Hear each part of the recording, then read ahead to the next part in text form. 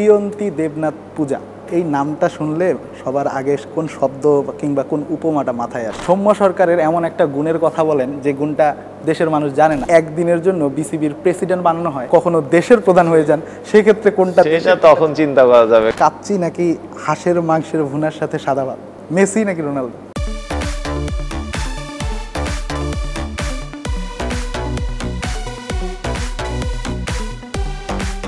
প্রিয়ন্তী দেবনাথ পূজা এই নামটা শুনলে সবার আগে কোন শব্দ কিংবা কোন উপমাটা মাথায় আসে?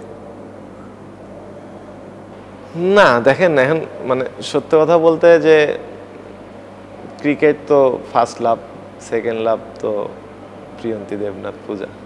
মানে তার ইম্প্যাক্টটা আপনার লাইফে আসলে কতটা বেশি? আমরা তো আসলে জানি যে একটা পুরুষের সফল একটা পুরুষের জীবনে একজন নারীর ভূমিকাটা অনেক বেশি থাকে। অনেক অনেক বড়, কারণ মানে আমি যে মাঠের দিকে যে যতই প্রেশারে থাকি না কেন, বাসার দিকে গেলে জিনিসটা অনেক ইজি হয় আমার জন্য, যে বাসা নিয়ে আমার কোনো চিন্তাই করা লাগে না, ফ্যামিলি নিয়ে সে সব কিছুই হ্যান্ডেল করে। তো আর অনেক সাপোর্টিভ।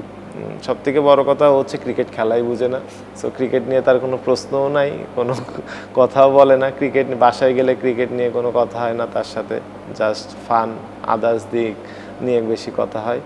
সো আর অনেক সাপোর্টিভ সে আমার জন্য, এবং আমি বলবো যে যেভাবে সে আমার সাথে আছে ভবিষ্যতেও থাকবে, এবং ভালোভাবে আমরা দুজন সামনের দিনগুলো পার করবো। সৌম্য সরকারের এমন একটা গুণের কথা বলেন যে গুণটা দেশের মানুষ জানে না, যেটা আপনার মধ্যেও একটা গুণ আছে। হতে পারে গান গাওয়া, হতে পারে রান্না। আমি ভালো ছবি তুলি। ছবি তোলা। হ্যাঁ। অবসর সময় সৌম্য সরকারের প্রিয় কাজ কি? মানে অবসর যখন থাকেন। আমি মুভি দেখি, বাইকে ঘুরতে যাই। আচ্ছা। আর সৌম্য সরকারের প্রিয় প্রতিপক্ষ যার এগেনস্টে রান করলে ভালো লাগে? ইন্ডিয়া। রানিং কোনো বোলার যিনি খেলছেন এখনো, এমন কোনো বোলার আছে যার এগেনস্টে ব্যাট করলে খুব মারার ইচ্ছা, বা ছক্কা মারার ইচ্ছা, বা বাউন্ডারি মারার ইচ্ছা, এমন কোনো বোলার? আর্চার। আর সাবেক হয়ে গিয়েছেন যেমন শোয়েব আক্তার বা মেঘরা, এরকম যাদের এগেনস্টে আপনি খেলেননি, এমন কোনো বোলার আছে যার এগেনস্টে খেলার খুব ইচ্ছা ছিল? ওয়াসিম আকরাম। সৌম্য সরকারকে যদি একদিনের জন্য বিসিবির প্রেসিডেন্ট বানানো হয়, কোন পরিবর্তনটা দেশের ক্রিকেটে তিনি করবেন? এটা অনেক বড় প্রশ্ন, এটা চিন্তাই করি নাই কখনো। এটা মানে যেহেতু আমার দায়িত্ব না, তো এইভাবে কখনো চিন্তা করা হয় নাই। আর যদি কখনো দেশের প্রধান হয়ে যান, সেই ক্ষেত্রে কোনটা? সেটা তখন চিন্তা করা যাবে, কিন্তু এগুলো নিয়ে চিন্তাই করি নাই ভাই। আচ্ছা, ক্রিকেট ক্যারিয়ারটা যখন শেষ হবে, কোন পরিকল্পনা করেছেন আসলে কি করবেন ভবিষ্যতে?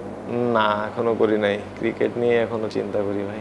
সাকিব আল হাসানের সাথে বিভিন্ন সময় বিভিন্ন রকমভাবে ড্রেসিং রুম শেয়ার করেছে, কোনো একটা মুহূর্ত যেটা আপনি শেয়ার করতে চান বা আপনার মনে থাকে, সব সময় মনে থাকবে, বা কোনো একটা কথা তার যেটা আপনাকে ইন্সপায়ার করেছে? এরকম তো অনেক কথা আছে ভাই, স্পেসিফিক তো এরকম কোনো কিছু নাই, কিন্তু অনেক কথা আছে।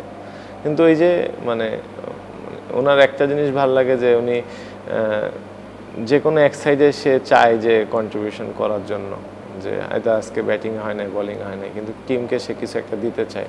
সো ওই জিনিসটা ভাল লাগে, যে কোনোভাবেই হোক, সেটা আমি যখন ব্যাটিং করি, বোলিং করি বা ফিল্ডিং করি, যে কোনো একটা জিনিস যেন প্রত্যেক ম্যাচে আমার কোনো না কোনো কিছু থাকুক কন্ট্রিবিউশন।